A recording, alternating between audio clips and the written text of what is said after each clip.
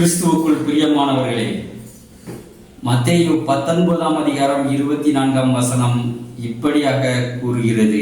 மேலும் ஐசுவரியவான் தேவனுடைய ராஜ்யத்தில் பிரவேசிப்பதை பார்க்கிலும் ஒட்டகமானது ஊசியின் காதிலே நுழைவது எளிதாயிருக்கும் என்று உங்களுக்கு சொல்லுகிறேன் என்றார். ஆம், இயேசு கிறிஸ்து தான் இந்த பூமியில் உள்ள பணக்காரர்களை பார்த்து இப்படியான ஒரு வார்த்தையை கூறுவதை நாம் பார்க்கிறோம். ஏன் இயேசு கிறிஸ்து அப்படியாக கூறினார்? அதை தான் இன்று நாம் பார்க்க போகிறோம். முதலாவது ஒரு சம்பவத்தை நாம் பார்த்தோம் என்று சொன்னால் ஐஸ்வர்யவான் லாசரு சம்பவம். லூக்கா 16 அதிகாரம் 19, 20, 21 வசனங்களிலே அவர்களை குறித்து நாம் இப்படியாக வாசிக்கிறோம். ஐஸ்வர்யமுள்ள ஒரு மனுஷன் இருந்தான். அவன் இரத்தாம்பரமும் விலையேறப்பெற்ற வஸ்திரமும் தரித்து அனுதினமும் சம்பிரமமாய் வாழ்ந்து கொண்டிருந்தான். லாசரு என்னும் பெயர் கொண்ட ஒரு தரித்திரனும் இருந்தான். அவன் பருக்கள் நிறைந்தவனாய் அந்த ஐஸ்வர்யவானுடைய வாசல் அருகே கிடந்து அவனுடைய மேஜையிலிருந்து விழும் துணிக்கைகளாலே தன் பசியை ஆற்ற ஆசையாயிருந்தான். நாய்கள் வந்து அவன் பருக்களை நக்கிற்று என்று பார்க்கிறோம். ஆம் பிரியமானவர்களே, இங்கு சொல்லப்பட்டிருக்கிற இந்த பணக்காரர் மிகவும் சம்பிரமமாய் வாழ்ந்தார். அப்படி என்று சொன்னால் மிகவும் ஆடம்பரமாக அவர் வாழ்ந்திருக்கிறார். மிகவும் கொடுமையான பதார்த்தங்கள் அவருடைய வீட்டின் மேஜையில், உணவு உண்ணும் மேஜையிலே இருக்கிறது, பரிமாறப்படுகிறது. பசி என்ற பேச்சுக்கே இடமில்லை. பூமியில் உள்ள உச்சிதமான பலகாரங்கள், கனிகள், உணவு பண்டங்கள் எல்லாவற்றையும் எல்லாம் அங்கு பரிமாறப்படுகின்றது. அப்படியாக அவர், அந்த பணக்காரர் மிகவும் ஒரு மகிழ்ச்சியான ஒரு சந்தோஷமான ஒரு வாழ்க்கை வாழ்கிறார். ஆனால் பாருங்கள், அவர் அருகிலேயே ஒரு லாசரு என்ற ஒரு தரித்திரனும் இருக்கிறார். அந்த தரித்திரனுடைய நிலைமையை குறித்து போடப்பட்டிருக்கிறது. அவன் மேஜையிலிருந்து விழும் துணிக்கைகளினாலே தன் பசியை ஆற்ற ஆசையாயிருந்தான் என்று நாம் பார்க்கிறோம். அதாவது இந்த லாசரு அவன் அருகில் தான், அவனை சுற்றிலும் தான் வாழ்ந்து கொண்டிருக்கிறார். ஆனால் பசியோடு இருக்கிறார். ஏதாவது மிச்சம் மீதி கிடைக்கும் என்று சொன்னால் என்னுடைய பசியை போக்கி விடுவேனே என்று சொல்லி அந்த லாசரு என்ற ஒரு மனிதன் ஆசையாய் இருக்கிறான். அப்படி என்றால் அவன் எவ்வளவு பசியில் இருந்திருப்பான். ஆசையாய் இருக்கிறான் என்று சொன்னால் அவன் எவ்வளவு ஒரு தேவையிலே அவன் இருந்திருக்கிறான். ஏதாவது சிந்தினால், ஏதாவது எனக்கு கிடைத்தால் நான் எதையாவது நான் இதிலிருந்து என்னுடைய பசியை போக்கிக் கொள்ள முடியும். இந்த மேஜையிலிருந்து சில காரியங்கள், சில அவர்களுக்கு தேவைப்படாத உணவு பண்டங்கள் நமக்கு வந்து சேராதா, சிந்தி விடாதா, நமக்கு வந்து சேராதா, என் பசி போய்விடாதா என்று சொல்லி இந்த லாசரு என்ற தரித்திரன் அவன் ஆசையா இருக்கிறான் என்று வேதம் அவனுடைய நிலைமையை குறித்து பரிதாபமாய் குறிப்பிடுகிறது. இறுதியில் நடந்தது என்ன? இயேசு கிறிஸ்து கூறினது போலவே இந்த சம்பிரமமாய் ஆடம்பரமாய் வாழ்ந்த இந்த ஐஸ்வர்யவான் அவன் பாதாளத்திலே பரலோகத்திற்கு போக முடியாத ஒரு சூழ்நிலை இருக்கிறான். நரக வேதனை அங்கு அனுபவித்துக் கொண்டு இருக்கிறான். அந்த ஐஸ்வர்யவான் இந்த தரித்திரனான லாசருவோ மறைந்த பின்பு ஆபிரகாம் அடியிலே இருக்கிறார். மிகவும் சந்தோஷமாய் இருக்கிறார், மிகவும் திருப்தியாய் இருக்கிறார். ஆனால் இந்த ஐஸ்வர்யவானோ ஒரு சொட்டு தண்ணீருக்காய் அவர் இப்பொழுது அவர் ஆசையாய் இருக்கிறார், ஏக்கத்தோடு இருக்கிறார். இறுதியில் ஆபிரகாமை பார்த்து கேட்கிறார், இந்த லாசரு விரலினாலே ஒரு சொட்டு தண்ணீர், எனக்கு வெறும் ஒரு சொட்டு தண்ணீர் எனக்கு கிடைத்தால் போதும் என்று சொல்லி அப்படியே நிலைமை மாறிவிடுகிறதை நாம் பார்க்கிறோம். ஆம், இந்த பூமியிலே இவன் லாசரு பசியாய் இருக்கிறார்.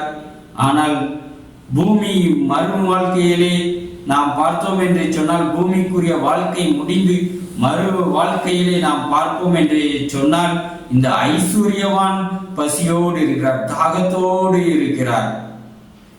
இந்த லாசருவோ ஆபிரகாம் அடியிலே மகிழ்ச்சியாய் சமாதானமாய் தேற்றப்பட்டு கொண்டிருக்கிறார். என்ன ஒரு மாற்றம் பிரியமானவர்களே! அடுத்ததாக இன்னொரு ஐஸ்வர்யவானை குறித்து நாம் பார்ப்போம். ரூத் 2ஆம் அதிகாரம் 1 முதலான வசனங்களிலே நாம் இந்த ஐஸ்வர்யவானை குறித்து நாம் பார்க்கிறோம். நகோமிக்கு அவளுடைய புருஷனாகிய எலிமெலேக்கின் உறவின் முறையில் போவாஸ் என்னும் பெயருள்ள மிகுந்த ஆஸ்திகாரனாகிய இனத்தான் ஒருவன் இருந்தான். 4ஆம் வசனம், அப்பொழுது போவாஸ் பெத்லகேமில் இருந்து வந்து அறுக்கிறவர்களை பார்த்து, கர்த்தர் உங்களோடே இருப்பாராக என்றான். அதற்கு அவர்கள், கர்த்தர் உம்மை ஆசீர்வதிப்பாராக என்றார்கள். ஆம், போவாஸ் என்ற ஒரு மனிதன் மிகுந்த ஆஸ்திகாரனாக அவன் இருக்கிறான்.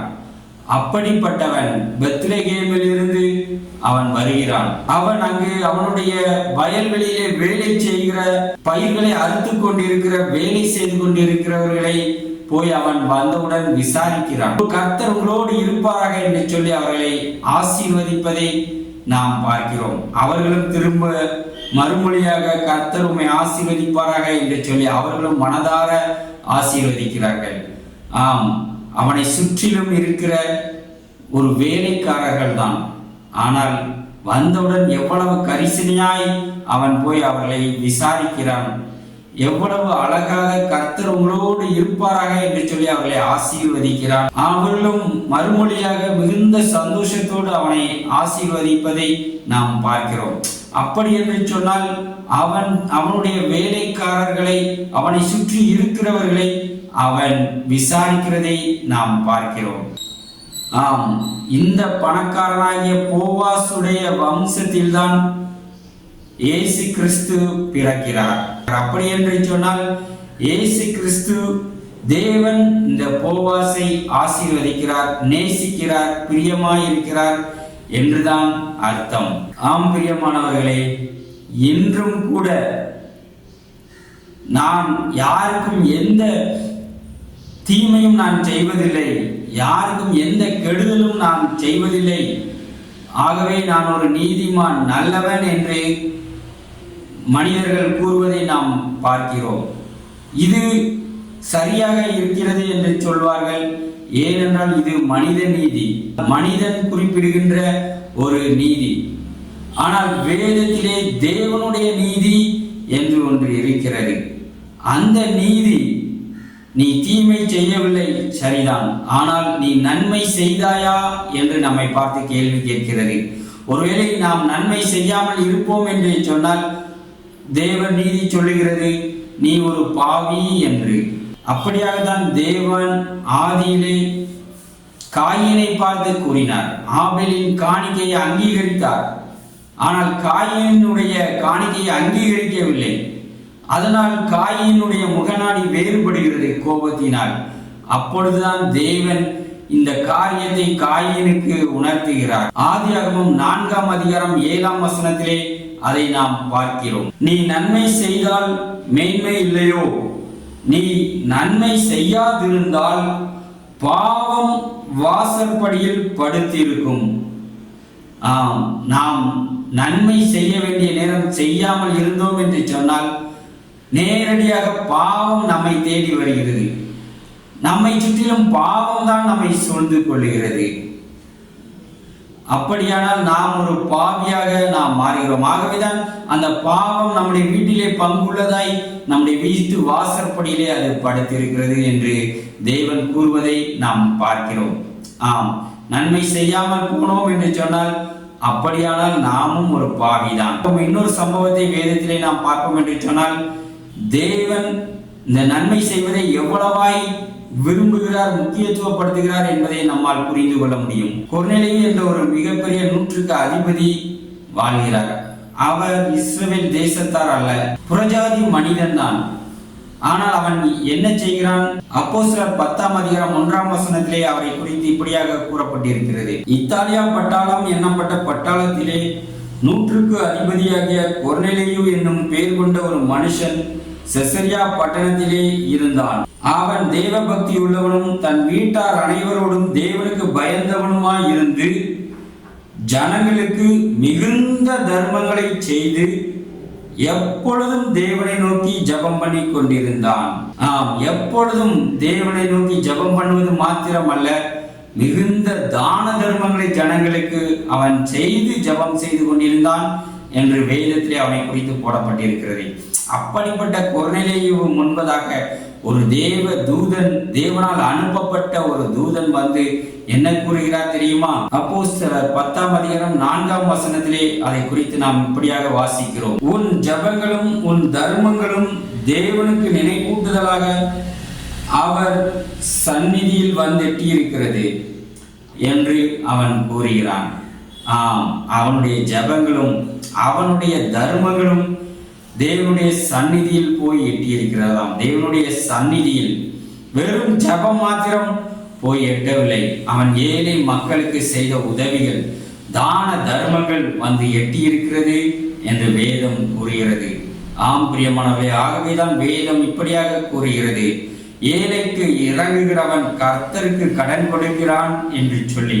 ஒருவேளை நாம் ஒரு ஏழைக்கு உதவி செய்வோம் என்று சொன்னால், கடன் கொடுப்போம் என்று சொன்னால், அது நேர தேவனுக்கு போய் ஒரு நினைப்பூட்டுதல் வருகிறது. இந்த காலத்திலே அலைபேசியில் எல்லாம் ரிமைண்டர் என்று நாம் சொல்லுவோம்ல, ரிமைண்டர் அலாரம் என்று சொல்வது போல, ஒரு ரிமைண்டர் நோட்டிபிகேஷன் வருவது போல, யாராவது நமக்கு ஒரு செய்தி அனுப்பினால் கைங் என்ற ஒரு ரிமைண்டர் நம்முடைய அலைபேசியில் வருவது போல, நமக்கு நினைப்பூட்டுதலாய் நம்முடைய கவனத்தை ஈர்க்கும்படியாய் வருவது போல நினைப்பூட்டுதலாய் இவன் செய்த தர்மங்களும் ஜபங்களும் தேவனுடைய சந்நிதியில் போய் தேவனுக்கு முன்பதாக போய் அது காணப்படுகிறது. கொர்நேலியு தன்னுடைய தேவ பக்தி மாத்திரம் அல்ல, ஜபம் மாத்திரம் அல்ல, தன்னுடைய தான தர்மத்தின் மூலமாகவும் ஆவிக்குரிய உன்னத ஆசீர்வாதங்களை அவன் பெற்றுக்கொண்டான். எப்படி? அவன் தேடி போகவில்லை, அவனை தேடி பேதுரு என்ற பிரதான அப்போஸ்தலன், புறஜாதியார் வீட்டுக்கு போக தயங்குகிற அப்படிப்பட்ட ஒரு அப்போஸ்தலனையே தேவன் அனுப்பி வைக்கிறார். எவ்வளவு பெரிய ஒரு ஆசீர்வாதம் பாருங்கள். அவனும் அவன் குடும்பத்தார், அவன் உறவினர்கள், நண்பர்கள் அத்தனை பேரும் பரிசுத்த ஆவியையும் பெற்றுக்கொண்டார்கள். இந்த பூமியிலே எத்தனை கோடி கொடுத்தாலும் கிடைக்காத ஒரு ஆசீர்வாதம் அந்த பரிசுத்த ஆவியின் வல்லமை, மிகப்பெரிய ஒரு ஆசீர்வாதம். அந்த ஆசீர்வாதத்தை நான் அனுபவித்திருக்கிறபடியினால் அதனுடைய மகிமையை நான் உணர்ந்தவனாய் நான் சொல்லுகிறேன். அப்படிப்பட்ட ஆசீர்வாதத்தை அவன் பெற்றுக்கொண்டான். நம்முடைய தர்மங்கள் சாதாரணமான ஒரு விஷயம் அல்ல, காரியம் அல்ல. ஏன் என்று சொல்லுகிறேன் என்று சொன்னால், இயேசு கிறிஸ்துவிடம் ஒரு முறை ஒரு வாலிபன் ஒருவன் வருகிறான். அவன் மிகவும் ஆஸ்தி உள்ளவன் என்று வேதத்திலே போடப்பட்டிருக்கிறது. அவன் நான் நித்திய ஜீவனை பெற்றுக்கொள்ள நான் என்ன செய்ய வேண்டும் என்று இயேசு கிறிஸ்துவிடம் கேட்கிறான். அப்பொழுது இயேசு கிறிஸ்து சொல்லுகிறார், என்னுடைய கற்பனைகளை நீ கைக்கொள், அப்பொழுது நித்திய ஜீவனை நீ பெற்றுக்கொள்வாய் என்று கூறுகிறார். அப்பொழுது என்ன கற்பனைகளை என்று அவன் கேட்கிறான். இயேசு கிறிஸ்து சில கற்பனைகளை கூறுகிறார். கொலை செய்யாதிருப்பாயாக, விபச்சாரம் செய்யாதிருப்பாயாக, களவு செய்யாதிருப்பாயாக, பொய் சாட்சி செய்யாதிருப்பாயாக என்பதாக. அப்பொழுது அவன் கூறுகிறான், நான் இவைகளை எல்லாம் நான் கை கொண்டு இருக்கிறேன், இன்னும் என்னிடத்தில் என்ன குறையுண்டு என்று அவன் கேட்கிறான். அப்பொழுது இயேசு கிறிஸ்து அவனை பார்த்து கூறுகிறார், நீ எல்லாவற்றையும் கை கொண்டிருக்காய், நல்லது.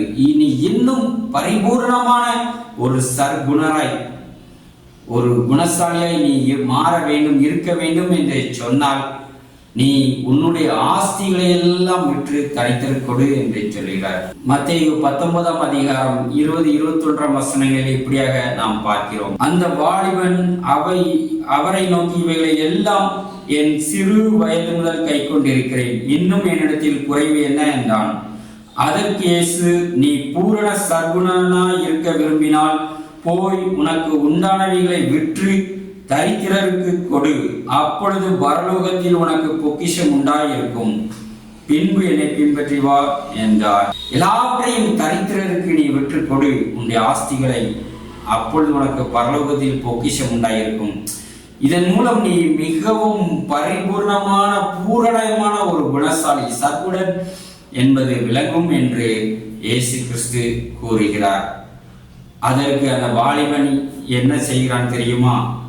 22ஆம் வசனத்தில் இப்படியாக பார்க்கிறோம். அந்த வாலிபன் மிகுந்த ஆஸ்தி உள்ளவனாய் இருந்தபடியால் இந்த வார்த்தையை கேட்ட பொழுது துக்கமடைந்தவனாய் போய்விட்டான். ஆம், உன்னுடைய பணத்தை, உன்னுடைய சொத்துக்களை நீ தரித்திரருக்கு கொடு, தரித்திரருக்கு உதவி செய். அப்பொழுது பரலோக ஆசீர்வாதங்கள், ஆவிக்குரிய நன்மைகள் உனக்கு வரும் என்று நீ என்னோடு இருக்கலாம், என்னை பின்பற்றி வரலாம் என்று இயேசு கிறிஸ்து சொன்ன பொழுது அவன் மிகுந்த துக்கமடைந்தவனாய் போய்விட்டான். பாருங்கள், ஆசீர்வாதத்தை பெற்றுக்கொள்ள வந்தான். ஆனால் அவனத்தில் உள்ள ஒரு குறை என்ன? நன்மை செய்ய அவனால் முடியவில்லை. அவன் எல்லா கற்பனைகளையும் கை கொள்ளுகிறான். அவன் நல்லவனாக அவன் வாழ்கிறான். அவனுடைய பார்வையில் அவன் ஒரு நீதிமானாக வாழ்கிறான். ஆம் பிரியமானவர்களே, நான் நேர்மையாக உழைத்தேன், உண்மையாக உழைத்தேன் என்று கூட சில பேர் இருப்பார்கள். நான் ஏன் மற்றவர்கள் கொடுக்க வேண்டும்? இந்த தரித்திரர்கள் அவர்கள் உழைத்து சம்பாதித்துக் கொள்ளட்டும் என்று கடினமாக பேசுவார்கள். ஆனால் அந்த தரித்திரர்கள் நிலைமையை அவர்கள் புரிந்து கொள்ளவில்லை.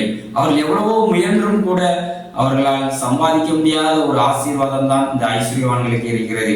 ஆகவே தேவன் அவர்களுக்கு இந்த ஐஸ்வர்யவான் பணத்தை கொடுத்து உதவ வேண்டும் என்று சொல்லி தேவன் நன்மை செய்ய வேண்டும் என்று எதிர்பார்க்கிறார். இன்றும் கூட நீங்களும் உங்களால் முடிந்த நன்மைகளை நீங்கள் செய்வீர்களா? அப்பொழுது பரலோக ராஜ்யத்திலே உங்களுக்கு பொக்கிஷங்கள், பரலோகத்திலே உங்களுக்கு பொக்கிஷங்கள் மிகுதியாய் இருக்கும். எவ்வளவு மிகுதியாய் பொக்கிஷங்களை சம்பாதிக்கக்கூடிய ஒரு நன்மை, ஆசீர்வாதத்தை இந்த நாளிலே தேவன் உங்களுக்கு இந்த பூமியிலே கொடுத்திருப்பார் என்று சொன்னால், பணத்தின் மூலம் நீங்கள் அநேகருக்கு செய்யும் நன்மையின் நிமித்தம் உங்களுக்கு பரலோகத்திலும் நீங்கள் செல்வவான்களாய், பாக்கியவான்களாய், பொக்கிஷங்களோ இருக்கிறவர்களாய், ஆசீர்வதிக்கப்பட்டவர்களாய் உங்களால் வாழ முடியும். ஆம், இம்மைக்காக மாத்திரமல்ல, மறுமைக்காகவும் நாம் இந்த ஆசீர்வாதங்களை, தேவன் கொடுத்த பணத்தை, ஆசீர்வாதங்களை நாம் செலவழிப்போம். அப்படி நாம் தேவனுடைய நீதியை நாம் நிலைநாட்டுவோம். நம்முடைய சுய நீதியை நிலைநிறுத்தாமல் தேவனுடைய நீதியை நிலைநிறுத்துவோம். தேவன் உங்களை ஆசீர்வதிப்பாராக. ஆமென்.